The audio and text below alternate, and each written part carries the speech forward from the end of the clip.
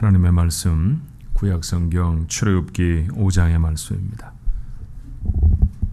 출애굽기 5장의 맨 마지막 부분 20절 말씀부터 23절까지의 말씀입니다. 그들이 바로를 떠나 나올 때 모세와 아론이 길에 서 있는 것을 보고 그들에게 이르되 너희가 우리를 바로의 눈과 그의 신하의 눈에 미운 것이 되게 하고 그들의 손에 칼을 주어 우리를 죽이게 하는도다. 여호와는 너희를 살피시고 판단하시기를 원하노라. 모세가 여호와께 돌아와서 아뢰되 주여 어찌하여 이 백성이 학대를 당하게 하셨나이까? 어찌하여 나를 보내셨나이까? 내가 바로에게 들어가서 주의 이름으로 말한 후로부터 그가 이 백성을 더 학대하며 주께서도 주의 백성을 구원하지 아니하시나이다.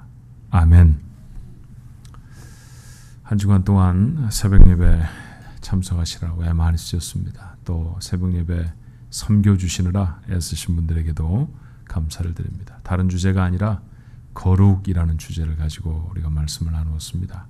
혹 참석하지 못하신 분도 계셨을 것입니다만 거룩하게 사는 것이 인생의 가장 큰 목표를 이루는 일, 축복의 삶인 줄로 믿습니다. 우리 같이 한번 기도 옆에 사람들하고 이렇게 인사하실 때 그렇게 한번 격려하실 수 있으면 좋을 것 같아요. 거룩하게 살겠습니다. 사십시오 이름 너무 도전적이니까 자기가 고백하죠. 앞에 분들하고 같이 한번 인사하십시다. 아내하고도 남편하고도 한번 하시면 좋겠네요. 거룩하게 살겠습니다. 1945년에 미국에는 3명의 복음 전도자가 있었습니다. 유명한 사람들이죠. 한 사람은 빌리 그레이엄이고 또 한 사람은 척 템플턴이라는 사람이었습니다. 또 하나는 브론 클리포드라는 사람이었죠. 근데 여러분 빌리 그레이엄은 좀 잘 알지만 나머지 사람들은 잘 모르지 않습니까? 모를 수밖에 없어요. 왜냐하면 척 템플턴은 사역을 시작한 지 5년 만에 사역을 그만두었기 때문입니다. 브론 클리포드라는 사람은 음주와 금전의 문제로 점점 어려움을 겪다가 결국 35살밖에 되지 않은 나이에 허름한 여인 속에서 생명을 내려놓았습니다. 시대가 주목하고 있었던 3명의 젊은 전도자들 중에 한 사람만 완주를 했죠. 부름을 받는 것과 부름받음을 끝까지 감당하는 것은 다른 문제입니다. 부름받은 사람들에게 어려움이 생겼기 때문에 그 부름을 계속해서 응답하지 못했을 거예요. 하나님이 부르신 사람들에게 닥쳐오는 어려움은 어떤 것일까요? 또 어떻게 그 어려움을 극복할 수 있겠습니까? 오늘 본문의 말씀은 부름을 받았던 모세의 고뇌가 적혀 있죠.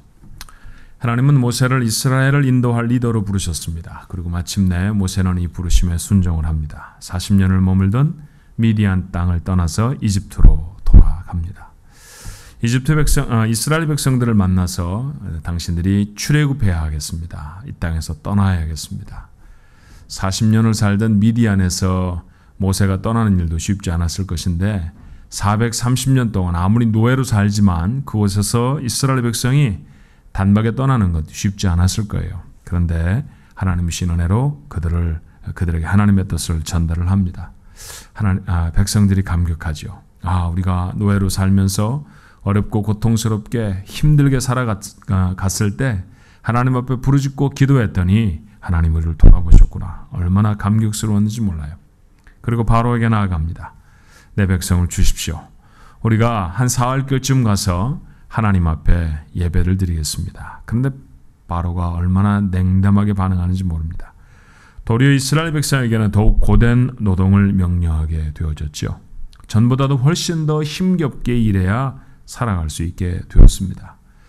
모세 나타나기 전에는 어렵긴 어려워도 그런 대로 살았는데 모세 나타난 다음에 출애굽이라는 건 말한 다음에 더 어려워졌다라고 생각하지 않았을까요? 그래서 백성들은 모세를 원망하게 되었고 바로는 갈수록 강팍해집니다. 상황이 훨씬 어렵게 되어졌죠. 모세가 그래서 하나님께 드린 기도가 본문의 말씀입니다. 왜 나를 보내셨습니까? 더 형편이 어려워졌습니다. 구원하시겠다고 하시는 하나님 아니셨습니까? 그런데 구원은커녕 백성들의 삶이 더 고단해졌습니다. 이게 어떻게 된 일입니까? 다시 겨우 마음을 추스려서 이스라엘 백성에게 나아가서 그래도 출애굽해야 합니다. 그래도 하나님이 여러분을 사랑하십니다. 백성을 설득해 보았습니다. 이스라엘 백성이 들었을까요? 듣지 않았습니다. 출애굽기 6장 9절의 말씀은 이렇게 그들의 반응을 적지요. 모세가 이와 같이 이스라엘 자손에게 전하나 그들의 마음의 상함과 가혹한 노욕으로 말미암아 모세의 말을 듣지 아니하였더라. 말 듣지 않는 사람들에게 나아가서 사역을 한다는 것 참 어려운 일이죠. 여러분 질문을 한번 해보십시다. 모세는 이스라엘 백성과 함께 애굽을 탈출할 수 있을까요? 출애굽할 수 있겠습니까? 이 정도 상황이면 영화 제목에 붙여져 있는 말이 생각나지 않아요? 미션 임파서블입니다. 가능한 사역이 아니에요. 저도 비슷한 경험을 한 적이 있었습니다. 유초등부 전도사로 한 교회에 부름을 받았죠. 이제 본격적으로 설교도 좀 하고 그리고 한 부서를 잘 다스리는, 잘 이제 섬겨가는 그런 사역이 시작이 되어졌습니다. 무슨 일을 새로 맡겨지면 공부부터 하는 게 이제 습관이니까 공부부터 했죠. 그래도 당시는 공부하기가 좀 쉬웠어요. 어린아이들 설교 처음 해보는 것이기 때문에 어린아이들에게 설교하는 설교문이라면 설교문 전부 다 모았습니다. 다 사와서 다 읽었죠. 다 읽어봐야 뭐 몇 권 안 됐으니까 열심히 읽었습니다. 그래서 설교를 했더니 아이들이 잘 듣는 것 같아요. 처음에는 뭐든지 다 신선하지 않아요? 사람이 새 사람이니까. 근데 여러분 금방 미천이 바닥이 나더라고요.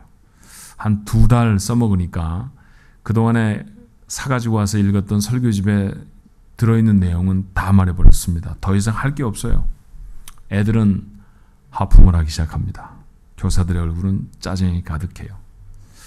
결국 한 주일에 열심히 설교를 하는데 초등학교 2학년짜리 아이가 손을 번쩍 듭니다. 은혜를 받았는 줄 알았죠, 저는.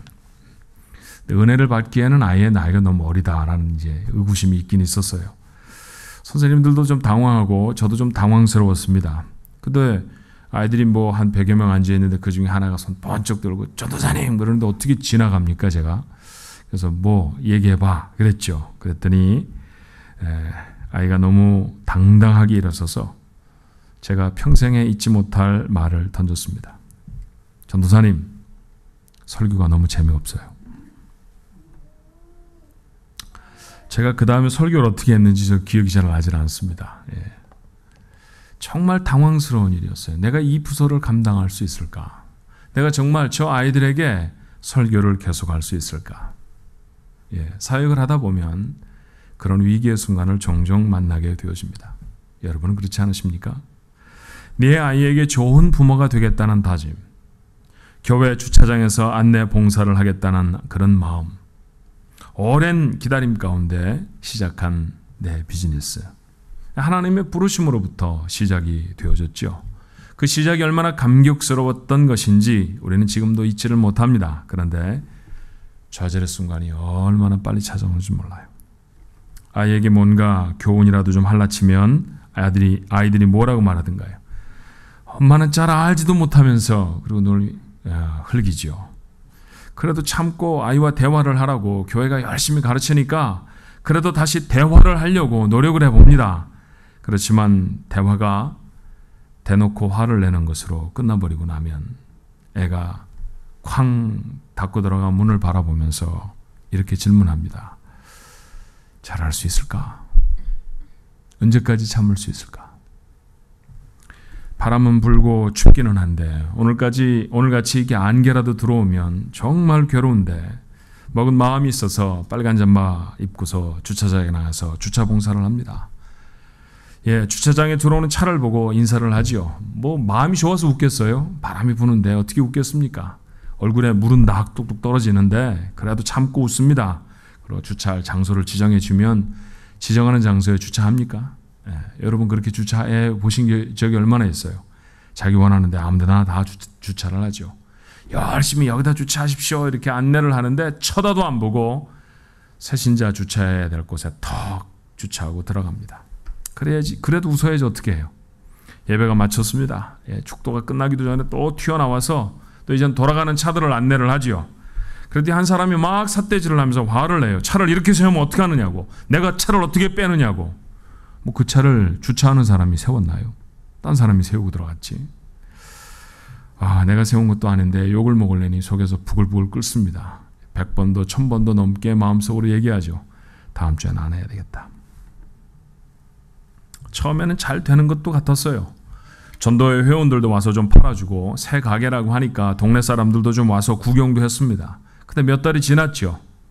계속해서 매상이 오르는 가게, 우리 교회 개업 예배 드린 가게 중에 별로 못 봤습니다. 처음에는 좀 요동을 치잖아요. 매당이 떨어지기도 하고 예기치 못했던 어려움이 생기기도 합니다. 시작할 때는 꿈도 컸었어요. 잘 되면 선교비 좀 내야지, 교회 하나 세워봐야지, 뭐 그런 생각도 했는데 교회는커녕 렌트비도 못 내게 생겼습니다. 접어야 하나 말아야 하나. 나는 이 비즈니스를 계속할 수 있을까? 정말 하나님의 뜻이었을까? 여러분, 이런 고민은 우리에게만 있는 것은 아니죠. 삶을 살아가면서 얼마나 많이 그런 하나님의 부르심에 대해 고민하게 되고 고뇌하게 되는지 몰라요. 그런 고뇌가 정말로 가까이 살고 있는 사람에게까지 이르면 답답한 지경이 이르릅니다. 나이가 70이 되신 장로님 한 분이 저를 찾아와서, 우리 교회는 아닙니다. 또 70 되신 장로님도 그리지 마시고요. 저한테 말을 해요. 목사님, 아무래도 중대한 결정을 내려야 할 것 같습니다. 난 선교사라도 나가겠다, 그런 말 할 줄 알았어요. 아내와 이혼하고 싶습니다. 아니, 살아온 세월이 몇 년인데 다 꼬부라진 할머니하고 이혼을 하겠다는 얘기를 어떻게 받아야 할까요? 한 번도 저 사람이 제 아내였던 적이 없습니다. 절망적인 얘기죠. 그렇죠? 하나님이 주셨다고 하나님 앞에서 약속하고 부부가 되어졌는데 50년을 살아내고도 그 사람이 내 사람인지 확신이 없다고 하면, 정말로 저 사람하고 계속 살아야 할까요? 라고 반문하게 된다고 하면 이거 정말로 답답한 일입니다. 언제까지 저 사람의 남편, 저 사람의 아내, 아무개 엄마, 아무개 아빠일 수 있을까요? 모세에게도 그런 고민이 생겼죠. 그리고 이런 고민들은 모든 부름받은 사람, 모든 사명자들에게 비슷한 과정으로 찾아온다는 사실을 우리가 먼저 놓치지 않아야 합니다. 여러분, 처음에 하나님이 부르시면 순종하기까지 고민이 되잖아요. 아주 작은 일이라도, 부엌 봉사 하나라도, 안내위원 하나라도, 어떤 부서의 부장 하나라도 맡겨주면 그건 내가 맡아서 하겠습니다라고 하기까지 고민이 좀 됩니다. 나는 정말로 1년 내내 충성할 수 있을까? 정말로 내가 하면 다른 사람들이 도와줄 수 있을까? 정말로 나는 잘할 수 있을까? 그것 하다가 내 시간을 많이 뺏기는 건 아닐까? 여러 가지 종류의 고민이 있죠. 부담스럽기 때문에 고민할 수밖에 없어요. 그런데 하나님이 정해서 그를 부르시기로 하시면 그 고민과 그 부담이 쉽게 내려놔지질 않습니다. 계속해서 부대끼죠. 그래서 마침내 순종을 해요. 하겠습니다. 어떤 때는 목사에게, 어떤 때는 하나님에게, 어떤 때는 동료 일꾼들에게 내가 해보겠습니다. 그렇게 순종을 해요.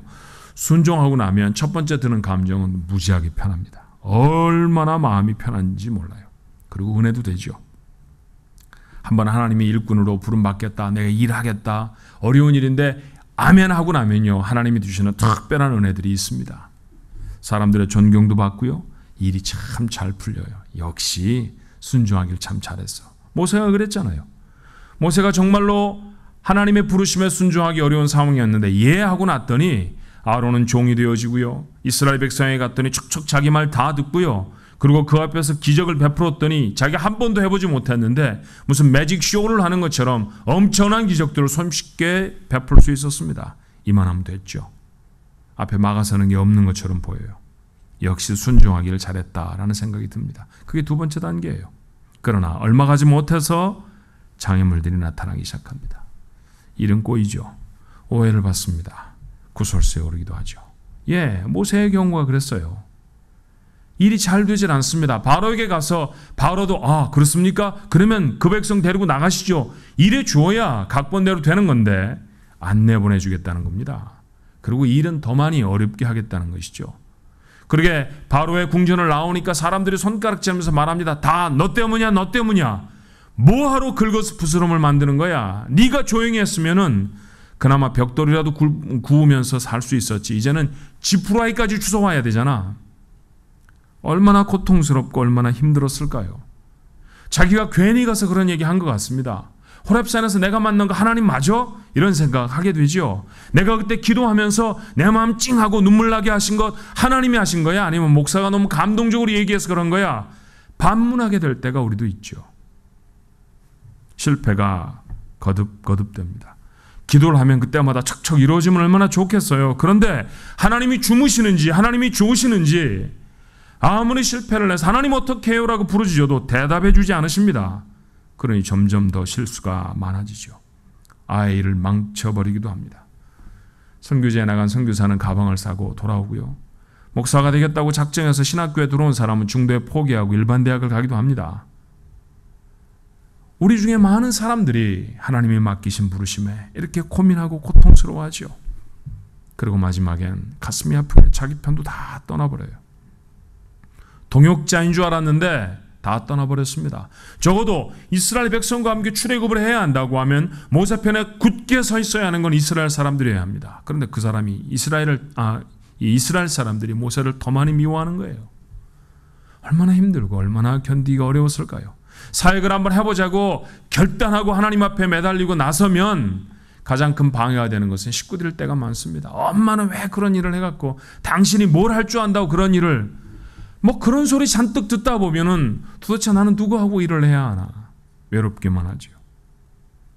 정말 일할 수 있을까? 정말 하나님의 부르심에 순종할 수 있을까? 모세도 그랬습니다.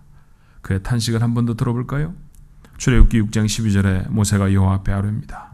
이스라엘 자손도 내 말을 듣지 아니하였거든 바로가 어찌 들으리이까?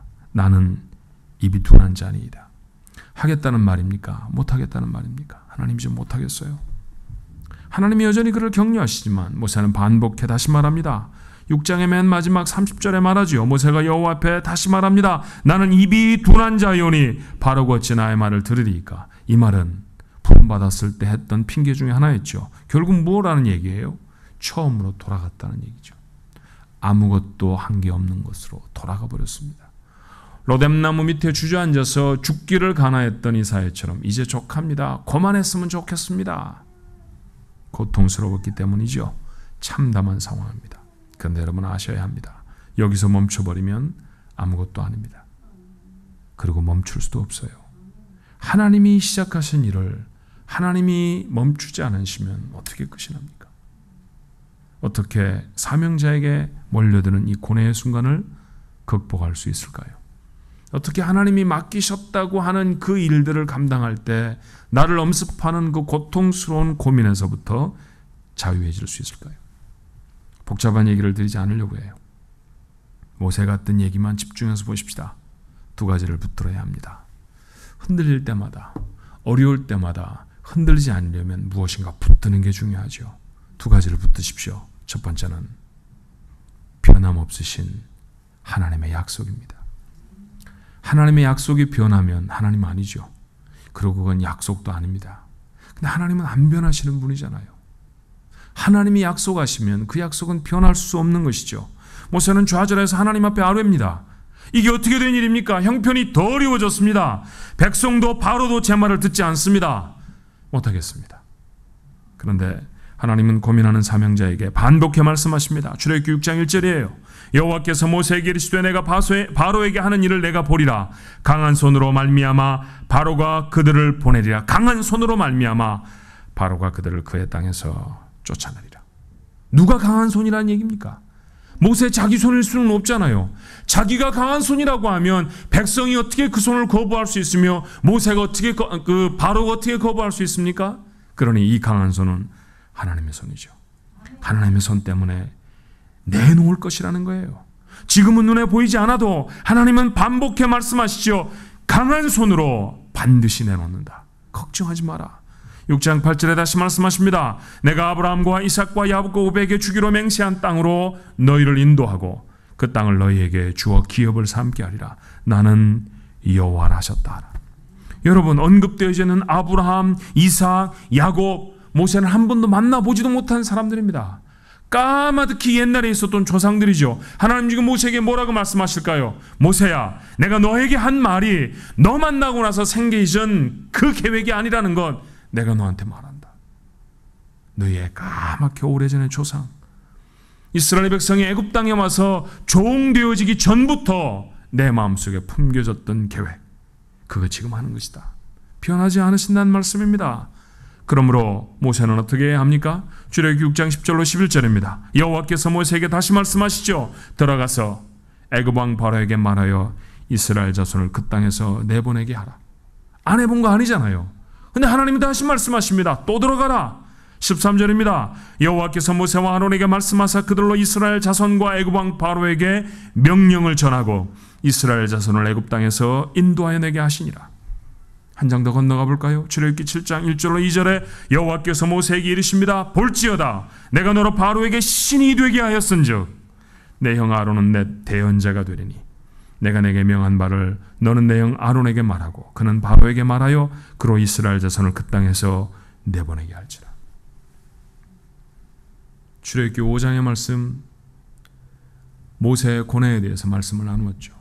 6장을 훌쩍 건너서 7장에 이르도록 하나님은 똑같은 말씀만 모세에게 계속 반복해 말씀하십니다. 걱정하지 마라. 내가 한다. 내가 한다. 내가 한다.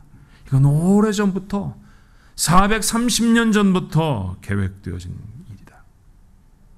네가 바로에게 들어가서 달라고 하면 줄 것이다. 주어야만 한다. 안 주고는 못 베긴다. 하나님이 이 약속에 무엇을 거셨던가요? 하나님 자기 이름을 거셨습니다. 출애굽기 6장 2절의 말씀이죠. 하나님이 모세에게 말씀하여 이르시되 나는 여호와이니라. 나는 여호와이니라. 출애굽기 6장 7절에 말씀합니다. 너희의 하나님 여호와인 줄 너희가 알지라. 7장에도 다시 말씀하시죠. 5절의 말씀입니다. 내가 내 손을 애굽 위에 펴서 이스라엘 자손을 그 땅에서 인도하여 낼 때야 애굽 사람이 나를 여호와인 줄 알리라 하시며, 여호와 하나님이 누구시라는 것입니까? 약속하면 지키신다. 그런 일이잖아요. 그런 얘기잖아요. 그렇죠. 비싼 메이커의 자동차에 AMG인가 하는 그런 이니셜이 박힌 걸 보았습니다. 지금 무엇의 약자인가 늘 궁금했죠. 얼마 전에 신문에서 읽게 되었어요. 그것은 독일의 한 엔진 전문 메이커에서 어떤 사람이 수작업으로 만든 엔진이라고 하는 뜻이랍니다. 열어보지는 않았습니다만 그렇게 쓰여진 자동차의 보닛을 열으면 엔진이 나올 거예요. 그 엔진 위에 그 엔진을 조립한 사람의 이름이 적혀져 있답니다. 자기 이름을 걸고 그렇게 조립을 하는 것이죠. 엔진이라는 게 얼마나 많은 부품이 들어가야 합니까? 수많은 사람들이, 수많은 공정이 동원되어야 할 것 같은데 그 회사는 지금까지 창립되어진 이후로 지금까지 엔진 하나를 만드는데 단 한 사람이 붙어서 한답니다. 한 사람이 처음부터 마지막 마칠 때까지 엔진을 다 만드는 거예요. 그리고 마지막에 자기 이니셜을 넣어서 그 엔진 뚜껑에 이름을 딱 붙입니다. 내가 만들었다. 그 뜻이죠. 고장나면 내가 책임진다. 그런 뜻입니다. 요즘은 배안상자를 사도 상자에 뭐라고 적혀 있던가요? 어디서 만들었고 농부 누구누구 이렇게 적혀 있더라고요. 미국에서 사 먹으면서 혹시 썩은 배라도 만나면 그 사람한테 컴플레인 하라는 얘기인지 모르지만 그래도 흐뭇하기는 해요. 아, 이렇게 책임지는구나. 이름을 걸었구나. 이 세상에 수억 명이나 되는 사람들의 이름을 건 게 아닙니다. 오고 갔던 모든 세대 위에 뛰어난 하나님, 그 하나님이 자기 이름을 거셨어요. 내 이름을 건다. 반드시 이룬다. 여러분 뭘 붙들고 서야 합니까? 흔들리는 것들이 아닙니다. 사건들이 아닙니다. 오늘 있다가 내일이면 없어질 것들이 아닙니다. 오늘도 어제도 내일도 여전히 계실 하나님입니다. 그 하나님의 약속을 붙들고 서야 사명자로 설 수 있을 줄로 믿습니다. 내 욕심, 세속적인 목적으로 붙든 일이 아니라 하나님이 맡겨주신 일이라고 하면 여러분 삶 속에 아무리 대단한 어려움이 생겨도 그 어려움을 보는 것이 아니라 그 일을 맡기신 하나님을 붙드셔야 합니다. 그 하나님은 약속한 것은 반드시 이루시는 하나님이신 줄로 믿습니다. 여러분이 아이를 포기하면, 여러분의 자녀를 포기하면, 싸우지 않는 거나 다행이다라고 포기해버리면 제가 늘 말씀드리죠. 그 아이는 절벽에 서는 겁니다. 부모가 포기한 아이를 세상에 누가 건집니까? 나는 그 아이를 세상에 내던지지 않았습니다. 근데 솔직히 말하면 이렇게 말하는 것이 내던짐과 다름이 무엇입니까? 나는 우리 아이하고 안 싸우는 게 얼마나 다행인지 몰라요 요즘. 그럼 뭐예요? 왜 친구예요? 아니면 그렇게 그런 부모의 모습을 하나님 세우지 않으셨죠. 내 좋아서 내 마음대로 아이를 낳은 게 아니잖아요. 여러분 아십니까? 우리 교회는 10년, 13년씩 하나님 아이를 주십시오라고 기도하는 집들이 있습니다. 어떤 집에 10년, 13년씩 허락되지 않은 아이가 여러분 집에 생겼다고 하면 내가 만든 아이 아니잖아요. 하나님이 주셨다고 하면, 하나님이 주셨다고 하면 아무리 어려움이 있고 아무리 지금 현재가 잘 못 되어진다 할지라도 하나님이 그 아이를 책임지시지 않으시겠습니까? 그 약속을 붙들자는 것이죠. 그죠? 눈이 멀어서 눈에 콩깍지가 끼어서 결혼했습니까? 우리가 믿고 난 다음에 우리가 수도 없이 반복해 고백했던 게 무엇이었을까요? 하나님이 내 남편을 주셨습니다. 하나님이 내 아내를 주셨습니다. 그거 아니었어요? 하나님이 주셨다고 하면 그 남편이 사람 되게 하는 것은 내 잔소리가 아니라 하나님이시죠. 그렇죠.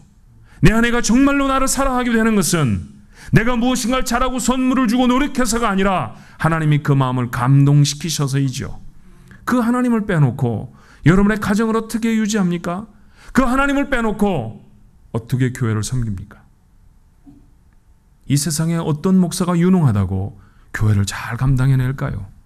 서로 다 다른 사람들이 수백 명씩 모여서 교회를 이루고 있는데 그것이 어떻게 내 마음에만 맞게 돌아갈 수 있을까요? 우린 그런 교회를 지상에서 찾을 수가 없습니다.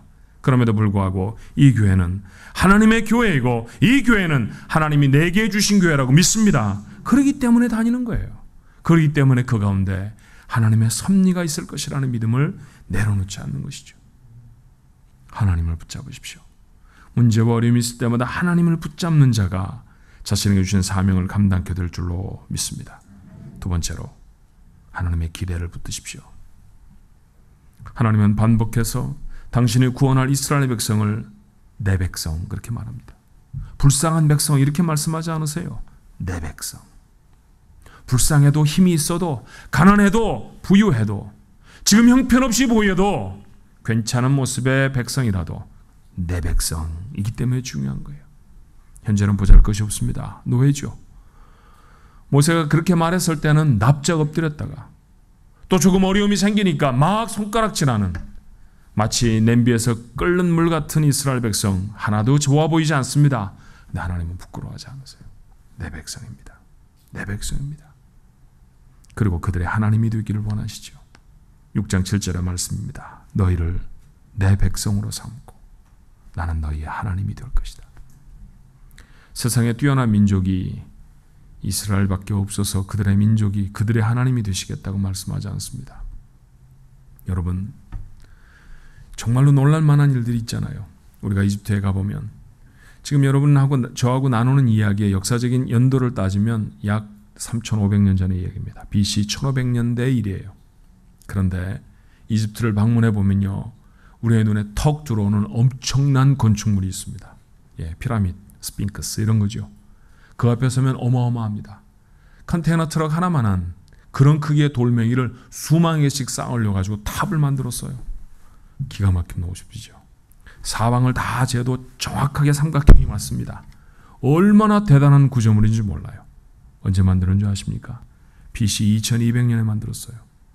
이스라엘 백성이 지금 이 사건을 경험하고 있기 훨씬 전에. 여러분 그런 대단한 문명을 가진 이집트 사람들 속에 이스라엘이 노예로 삽니다. 비교하면 누가 더 괜찮은 민족이에요. 여러분 안에 제가 하나님이었다고 하면 이스라엘 선택 안 합니다. 애굽 사람들 데리고 자기 백성이라고 하죠. 훨씬 똑똑하거든요. 훨씬 잘났거든요. 훨씬 대단한 문명을 가졌거든요. 근데 하나님은 정말 형편없는 사람들 붙들고 그것 자기 백성이라고 하십니다. 그 사람들이 하나님 되시겠다고 해요. 이게 은혜인 줄로 믿습니다. 이게 하나님의 은혜예요. 하나님은 그들을 이스라엘이라고 부르셨죠. 여러분 이스라엘이라고 되어져 있는 이름이 무슨 뜻인지 아십니까? 무슨 의미를 담고 있는 이름이었을까요? 그 이름의 시작은 이랬죠. 창세기 32장 28절에 그가 이르되 그는 천사입니다. 하나님의 현현이죠. 내 이름을 다시는 야곱이라 부를 것이 아니요 이스라엘이라 부를 것이니 뜻이 뭐라고요? 이는 내가 하나님과 및 사람들과 겨루어 이겼습니다. 하나님하고 싸워 이긴 자, 그 뜻이 이스라엘입니다. 여러분 하나님하고 사람하고 싸워 이겼다고 하면 이제부터 하나님 이긴 사람 믿으십시다. 하나님 믿지 말고. 그 사람이 하나님보다 세잖아요. 오늘 성경은 그런 얘기를 하고 있는 게 아니죠. 그렇죠? 사람이 하나님을 이겼다는 것은 도무지 가능하지 않은 이야기고 보면 무슨 얘기입니까? 하나님이 져주시겠다 이런 말씀이죠. 그래요. 그렇습니다. 그 백성만 만나면 하나님이 집니다. 왜요? 너무 사랑하니까. 아버지하고 딸하고 싸우면 누가 이깁니까? 답 다 알잖아요, 여러분. 엄마하고 아들하고 싸우면 누가 이깁니까? 예. 아들한테 이기는 엄마는 엄마 아닙니다. 계모일지 몰라요. 계모도 집니다. 예. 왜 지지요? 사랑하니까 지지요. 사랑하니까 이길 수가 없죠. 하나님이 우리에게 지셨다. 무슨 말입니까? 난드레들 만남친다. 왜요? 너무 사랑하니까. 그게 이스라엘 백성이에요. 그게 노예로 살아가고 있는, 지금 모세를 향해 손가락질을 하고 있는 그 형편없는 사람들을 하나님은 이스라엘이다. 근데 이스라엘이지 않니? 근데 저 사람들 만나면 내가 지지 않니? 저 사람들 내가 그렇게 사랑하는데 어떻게 하니? 그게 하나님의 모세를 향해 가셨던 호소라는 것 여러분 아십니까? 그러니 실망하지 말고 가서 구원하라는 것이죠. 누군가 때문에 실망하는 우리들에게도 하나님은 동일하게 말씀하십니다. 팔팔 뛰면서 우리 그렇게 말할 때 많죠. 하나님 누구 때문에 못 살겠어요. 제가 들어도 정말 그 사람 때문에 못 살 것 같더라고요. 그런데 하나님은 그에게 말씀하십니다. 힘들지. 근데 어떡하니? 그 내가 사랑하는데. 그 내가 사랑하는데 어떡하니? 하나님이 사랑하시는 아무개. 여기에 희망이 있어요. 왜냐하면 하나님이 그를 사랑하신다고 하면 하나님이 그를 반드시 구하실 줄로 믿습니다. 하나님이 내 아이를 사랑하시면 지금 조금 어려운 길을 가도 반드시 세우실 것입니다. 하나님이 내 남편을 사랑하시면요, 지금 예수 믿는 게 영 형편없어 보여도 누가 압니까? 나보다 훨씬 잘 믿을지. 그렇죠? 지금 내가 만나고 있는 아무개가 지금 보기에 너무 형편없어 보여도 하나님을 사랑하신다고 내 마음에 말씀하시면 하나님은 그를 놀랍게 변화시키지 않으시겠습니까?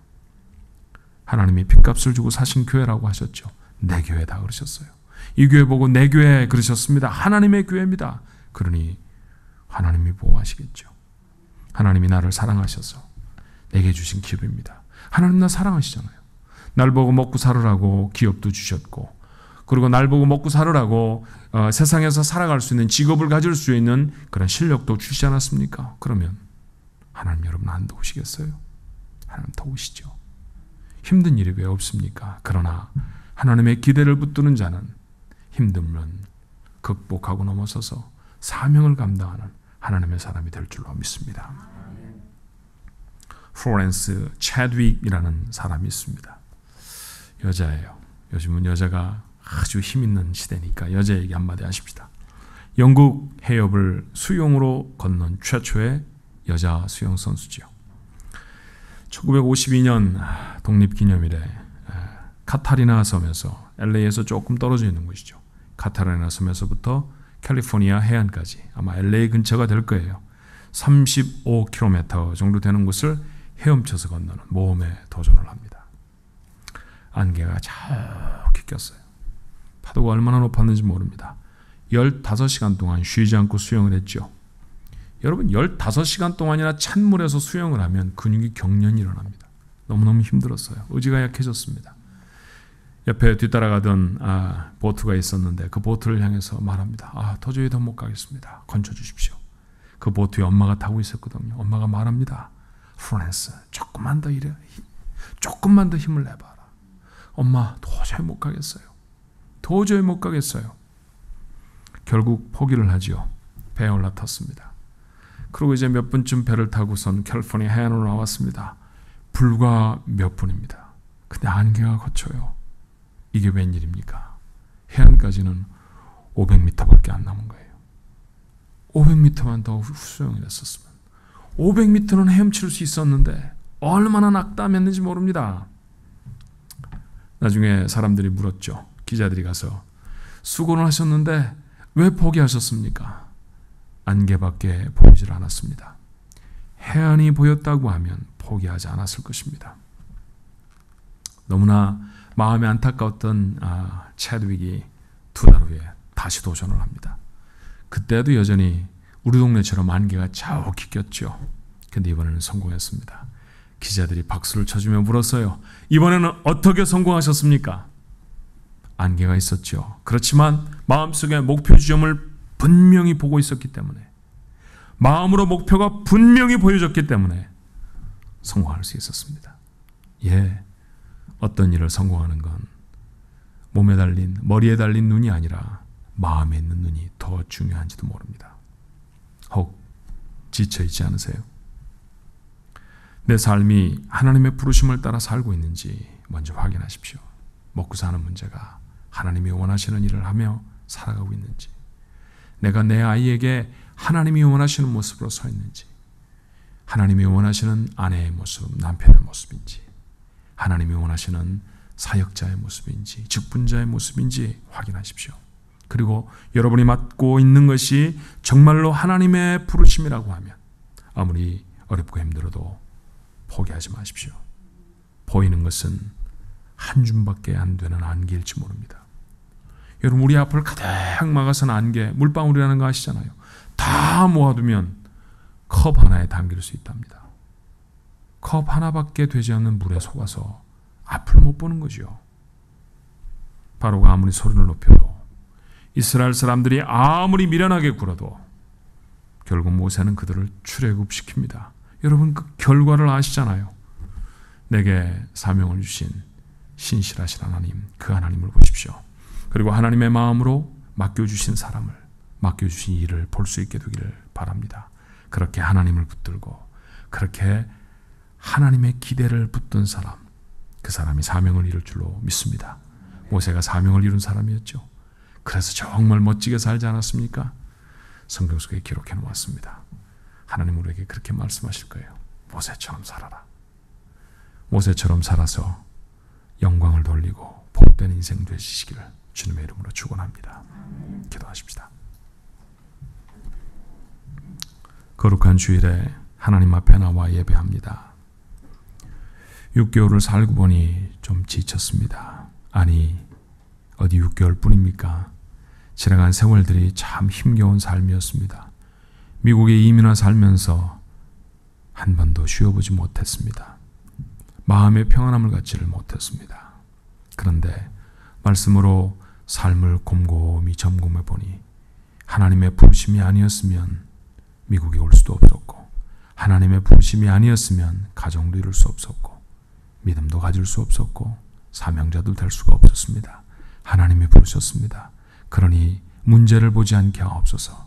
안개 같은 문제, 바로의 고함 소리, 이스라엘 백성의 조롱, 그런 것에 잠시 어려워졌던 모세에게 하나님의 격려하셨던 내용들을 우리 마음에 담게 해 주옵소서. 결국 모세는 하나님의 약속을 붙듭니다. 하나님의 바라보시는 기대를 붙들었죠. 그리고 이스라엘 백성을 출애굽시켰습니다. 저희들에게 주신 사명도 감당할 수 있도록 여전히 나를 도우시는 변함없으신 하나님 붙들게 해 주옵소서. 사명에 승리할 수 있도록 하나님 저희와 동행하여 주시옵소서. 아버지 하나님, 주시는 사명을 하나님의 기대함으로 보게 도와주시어서 우리의 눈을 가리고 있는 모든 문제와 어려움들의 안개를 젖히고 주님의 역사를 이루어내는 복된 인생들 되게 해 주시옵소서. 저희들을 도와주옵소서. 예수님 이름으로 기도하옵나이다. 아멘.